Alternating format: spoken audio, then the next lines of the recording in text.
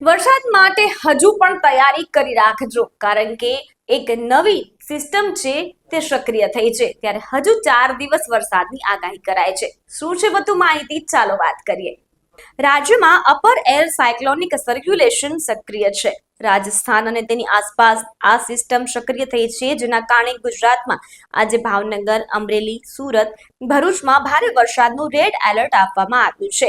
જ્યારે કચ્છ, બનાસકાંઠા, પાટણ, મોરબી, સુરેન્દ્રનગર, રાજકોટ, બોટાદ, જુનાગઢ, ગીર સોમનાથ, દીવ, આણંદ, પંચમહાલ, વડોદરા, છોટાઉદેપુર, નર્મદા, તાપી, ડાંગ, નવસારીમાં અતિ ભારે વરસાદનું ઓરેન્જ એલર્ટ છે તે આપવામાં આવ્યું છે. ત્યારે તમારા શહેર કે તમારા જિલ્લામાં પણ કેવું વાતાવરણ છે તેમને કોમેન્ટ કરીને જરૂરથી જણાવો, અને સાથે જ આ વિડીયોને વધુમાં વધુ શેર કરો અને અમારા ડિજિટલ પ્લેટફોર્મને લાઈક, ફોલો અને શેર જરૂરથી કરો.